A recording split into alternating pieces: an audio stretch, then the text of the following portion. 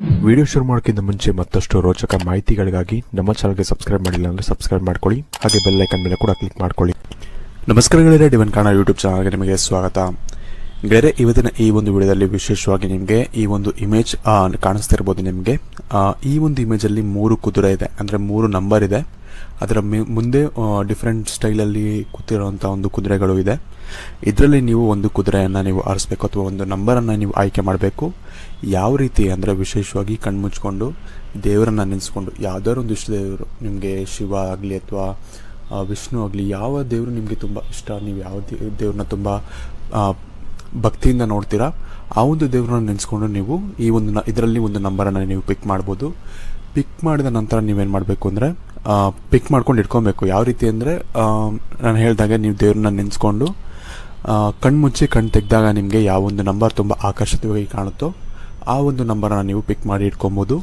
ಈ ಒಂದು ನಂಬರ್ನ ಮುಖಾಂತರ ನಿಮಗೆ ವಿಶೇಷವಾಗಿ ನಿಮಗೆ ಯಾವ ಒಂದು ಸಿಹಿ ಸುದ್ದಿ ನಿಮಗೆ ಆದಷ್ಟು ಬೇಗ ಸಿಗುತ್ತೆ, ಅಥವಾ ಯಾವ ಒಂದು ವಿಷಯದಲ್ಲಿ ನಿಮಗೆ ಬದಲಾವಣೆಗಳು ನಿಮ್ಮ ಜೀವನದಲ್ಲಿ ಸದ್ಯದಲ್ಲೇ ಆಗುತ್ತೆ ಅನ್ನೋದನ್ನ ನಾನು ಇವತ್ತಿನ ಈ ಒಂದು ವಿಡಿಯೋ ಮುಖಾಂತರ ನಿಮಗೆ ತಿಳಿಸ್ಕೊಡ್ತಾ ಇದ್ದೀನಿ. ಹಾಗಾಗಿ ಆದಷ್ಟು ಈ ಒಂದು ವಿಡಿಯೋನ ನೀವು ಪೂರ್ತಿಯಾಗಿ ನೋಡೋದು ಮರಿಬೇಡಿ. ಅದಕ್ಕಿಂತ ಮುಂಚೆ ವಿಡಿಯೋಗೆ ಒಂದು ಬಾರಿ ಲೈಕ್ ಮಾಡಿ, ಹಾಗೆ ನಿಮ್ಮ ಇಷ್ಟ ದೇವರ ಒಂದು ಇಷ್ಟವಾದಂತಹ ಮಂತ್ರವನ್ನು ನಮಗೆ ಕಮೆಂಟ್ ಸೆಕ್ಷನಲ್ಲಿ ನೀವು ಕಮೆಂಟ್ ಮಾಡಿ ನಮಗೆ ತಿಳಿಸೋದನ್ನು ನೀವು ಮರಿಬೇಡಿ.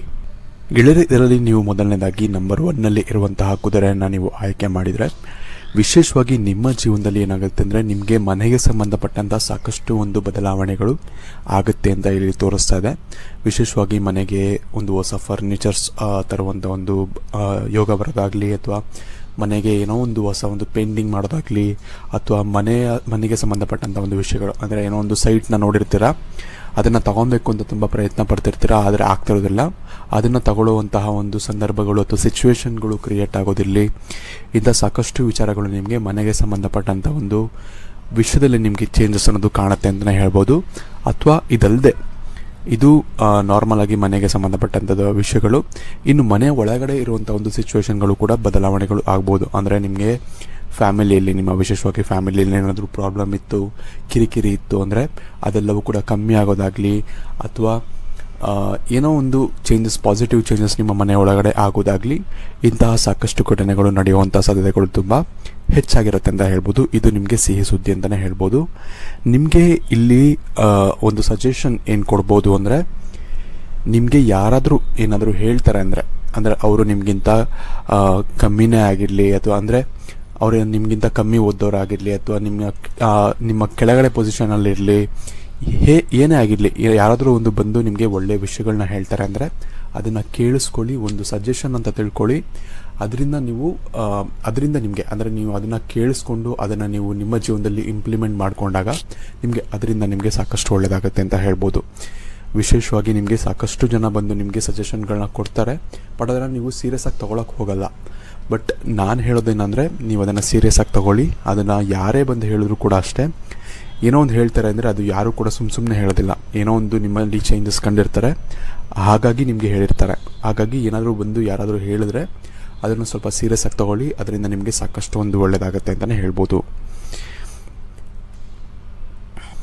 ಇದರ ಜೊತೆಗೆ ನೀವು ನಿಮ್ಮ ಜೀವನದಲ್ಲಿ ಏನೋ ಒಂದು ಪ್ರಾಬ್ಲಮ್ಸ್ ಇದೆ, ನಿಮ್ಮ ಜೀವನದಲ್ಲಿ ತುಂಬ ಯಾರಾದರೂ ಸಜೆಷನ್ ಕೇಳಬೇಕು ಅಂದರೆ ಹಿಂದೆ ಮುಂದೆ ನೋಡೋಕೆ ಹೋಗಬೇಡಿ, ಅಥವಾ ನಾಚ್ಕೊಳ್ಳೋಕ್ಕೆ ಹೋಗಬೇಡಿ.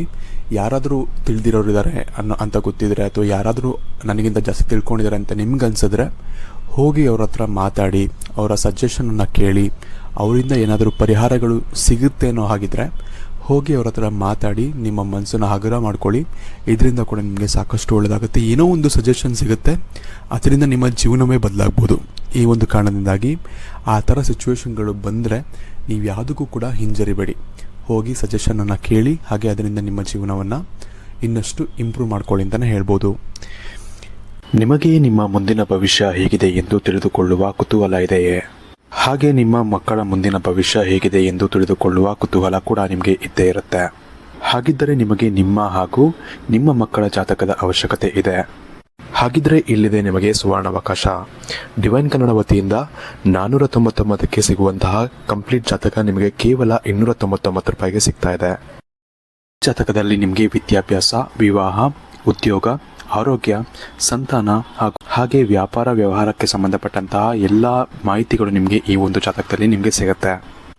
ಇದರ ಜೊತೆಗೆ ಈ ಜಾತಕದಲ್ಲಿ ನಿಮಗೆ ಗೋಚಾರ ಫಲಗಳಾಗಲಿ, ನಕ್ಷತ್ರ ಫಲಗಳಾಗಲಿ, ದಶಾಫಲಗಳು, ಪಂಚಾಂಗ ಫಲಗಳು, ಹಾಗೆ ಈ ಒಂದು ಸಮಸ್ಯೆಗಳು ನಿಮಗೆ ಏನೇನು ಬರುತ್ತೆ ಅದಕ್ಕೆ ಪರಿಹಾರಗಳು ಎಲ್ಲವೂ ಕೂಡ ಈ ಒಂದು ಜಾತಕದಲ್ಲಿ ನಿಮಗೆ ಇರುತ್ತೆ. ಇದನ್ನು ನೀವು ಸಿಂಪಲ್ ಆಗಿ PDF ಮುಖಾಂತರ ನೀವು ಪಡ್ಕೊಬೋದು.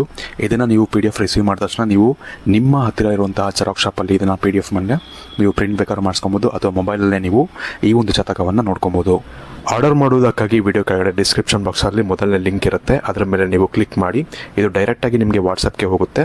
ಅಲ್ಲಿ ನೀವು ಹೋಗಿ ನಿಮ್ಮ ಹೆಸರು, ನಿಮ್ಮ ಜನ್ಮ ದಿನಾಂಕ, ಹುಟ್ಟಿದ ಸಮಯ, ಹುಟ್ಟಿದ ಊರಿನ ಜಿಲ್ಲೆಯನ್ನು ವಾಟ್ಸಪ್ ಮುಖಾಂತರ ನಮಗೆ ಸೆಂಡ್ ಮಾಡಿ, ನಂತರ ನಿಮಗೆ ಕೇವಲ 2 ದಿನಗಳಲ್ಲಿ ನಿಮಗೆ PDF ಮುಖಾಂತರ ನಿಮ್ಮ ಜಾತಕವನ್ನು ನೀವು ಪಡ್ಕೊಬೋದು. 60ರಿಂದ 70 ಪುಟಗಳು ಕೂಡ ಈ ಒಂದು ಜಾತಕದಲ್ಲಿ ಇರುತ್ತೆ. ಇದ್ರೆ ಮಿಸ್ ಮಾಡದೆ ಆರ್ಡರ್ ಮಾಡಿ, ಹಾಗೆ ನಿಮ್ಮ ಭವಿಷ್ಯದಲ್ಲಿ ನಡೆಯುವಂತಹ ಎಲ್ಲ ವಿಷಯಗಳನ್ನ ಮುಂಚೆನೇ ನೀವು ತಿಳಿದುಕೊಳ್ಳಿ. ಮುಂದಿನದಾಗಿ ನಿಮಗೆ 2ನೇ ನಂಬರ್ನ ಒಂದು ಕುದುರೆಯನ್ನು ನೀವು ಆಯ್ಕೆ ಮಾಡಿದರೆ ನಿಮಗೆ ವಿಶೇಷವಾಗಿ ಮುಂಬರುವಂತಹ ದಿನಗಳಲ್ಲಿ ಒಂದು ದಾರಿ ಅನ್ನೋದು ಕಾಣುತ್ತೆ. ನಿಮಗೆ ಇಲ್ಲಿವರೆಗೂ ಏನಾಗಿರುತ್ತೆ ಅಂದರೆ ಯಾವುದೋ ಒಂದು ಸಿಕ್ಕಿದ್ದು ರೂಟಲ್ಲಿ ಹೋಗ್ತಿರ್ತಾರ, ಅಂದರೆ ಏನೋ ಒಂದು ಕೆಲಸ ಮಾಡಬೇಕು ಅಂದರೆ ನಿಮಗೆ ಜೀವನದ ಒಂದು ಉದ್ದೇಶನೇ ಗೊತ್ತಿರೋದಿಲ್ಲ. ನಾನೇನು ಕೊಟ್ಟಿದ್ದೀನಿ, ನಾನೇನು ಸಾಧಿಸಬೇಕು ಅನ್ನೋ ಒಂದು ಏನಂತಾರೆ ತುಂಬ ಕನ್ಫ್ಯೂಷನಲ್ಲಿ ಇರ್ತೀರ. ಏನೋ ಒಂದು ಸಿಕ್ಕಿದೆ, ಏನೋ ಒಂದು ಕೆಲಸ ಸಿಕ್ಕಿದೆ ಮಾಡ್ತಾ ಇರ್ತೀರ, ಬಟ್ ಅದರಿಂದ ನಾನು ಇದರಲ್ಲೇ ಮುಂದೆ ಹೋಗೋಕ್ಕಾಗತ್ತಾ, ಅಥವಾ ಬೇರೆ ಏನಾದರೂ ಮಾಡೋಣ, ಅಥವಾ ಬೇರೆ ಏನಾದರೂ ಟ್ರೈ ಮಾಡೋಣ ಅಂತೆಲ್ಲ ತುಂಬ ಯೋಚನೆಗಳು, ತುಂಬ ಕನ್ಫ್ಯೂಷನ್ಗಳು ನಿಮ್ಮ ಜೀವನದಲ್ಲಿ ಇರುತ್ತೆ. ಆ ಎಲ್ಲ ಕನ್ಫ್ಯೂಷನ್ಗಳಿಗೂ ಕೂಡ ಅಥವಾ ಎಲ್ಲ ಒಂದು ತೊಂದರೆಗಳಿಗೂ ಕೂಡ ಒಂದು ಪರ್ಮನೆಂಟ್ ಸೊಲ್ಯೂಷನ್ ಅನ್ನೋದು ನಿಮಗೆ ಸಿಗುತ್ತೆ ಅಂತಲೇ ಹೇಳ್ಬೋದು. ಅಂದರೆ ನೀವು ಯಾವ ದಾರಿಯಲ್ಲಿ ನೀವು ನಡ್ಕೊಂಡು ಹೋಗಬೇಕು ಅನ್ನೋ ಒಂದು ಸೂಚನೆ ಅಥವಾ ಆ ಒಂದು ಕ್ಲಾರಿಟಿ ನಿಮಗೆ ಸಿಗುತ್ತೆ ನಿಮ್ಮ ಜೀವನದಲ್ಲಿ ಈ ಒಂದು ಬರುವಂತಹ ದಿನಗಳಲ್ಲಿ ಅಂತಲೇ ಹೇಳ್ಬೋದು. ಇದರಿಂದ ನಿಮ್ಮ ಜೀವನದಲ್ಲಿ ಸಾಕಷ್ಟು ಒಂದು ದೊಡ್ಡ ಬದಲಾವಣೆಗಳು ಕೂಡ ಆಗುತ್ತೆ. ಯಾಕಂದರೆ ನಿಮಗೆ ಒಂದು ಕರೆಕ್ಟಾಗಿ ದಾರಿ ಸಿಕ್ತು, ಕರೆಕ್ಟಾಗಿ ಒಂದು ವಿಷನ್ ಸಿಕ್ತು, ನಾನು ಇಲ್ಲಿಗೆ ಹೋಗಬೇಕು ಅಂತ ಸಿಕ್ತು ಅಂದರೆ ನಿಮ್ಗೆ ಇನ್ನಷ್ಟು ಈಸಿ ಆಗುತ್ತೆ ಆ ಒಂದು ದಾರಿನ ಫಾಲೋ ಮಾಡೋಕ್ಕೆ, ಅಥವಾ ಆ ಒಂದು ಗುರಿಯನ್ನು ತಲುಪೋಕ್ಕೆ ತುಂಬ ಈಸಿ ಆಗುತ್ತೆ. ಯಾಕಂದರೆ ನಿಮಗೆ ಗುರಿನೇ ಇಲ್ಲದೆ ನೀವು ಗುರಿಯನ್ನು ಹೇಗೆ ರೀಚ್ ಆಗ್ತೀರಾ ಫಸ್ಟ್ ಆಫ್ ಆಲ್ ಅಲ್ವಾ? ಹಾಗಾಗಿ ನಿಮಗೆ ಒಂದು ಗುರಿ ಅನ್ನೋದು ಸಿಗುತ್ತೆ, ಇದೇ ದಾರಿಯಲ್ಲಿ ನಡಿಬೇಕು ಅನ್ನೋ ಒಂದು ನಿಮಗೆ ಸೂಚನೆ ಅಥವಾ ಆ ಒಂದು ಕ್ಲಾರಿಟಿ ನಿಮ್ಮ ಜೀವನದಲ್ಲಿ ಸಿಗುತ್ತೆ ಅಂತಲೇ ಹೇಳ್ಬೋದು. ಇದರಿಂದ ನಿಮ್ಗೇನಾಗುತ್ತೆ ಅಂದರೆ ಒಂದು ಒಳ್ಳೆಯ ಬದಲಾವಣೆಗಳು ಆಗುತ್ತೆ. ಹಾಗೆ ಒಂದು ಹಠ ಬರುತ್ತೆ ನಿಮಗೆ, ಈ ದಾರಿನ ನಾನು ರೀಚ್ ಮಾಡಬೇಕು, ಇದಕ್ಕೆ ನಾನು ಕಷ್ಟಪಡಬೇಕು ಅನ್ನೋ ಒಂದು ಹಠ ಬರುತ್ತೆ. ಇದರಿಂದ ನಿಮಗೆ ಸಾಕಷ್ಟು ಒಳ್ಳೆಯದು ಕೂಡ ನಿಮಗೆ ಆಗುತ್ತೆ ಅಂತ ಹೇಳ್ಬೋದು.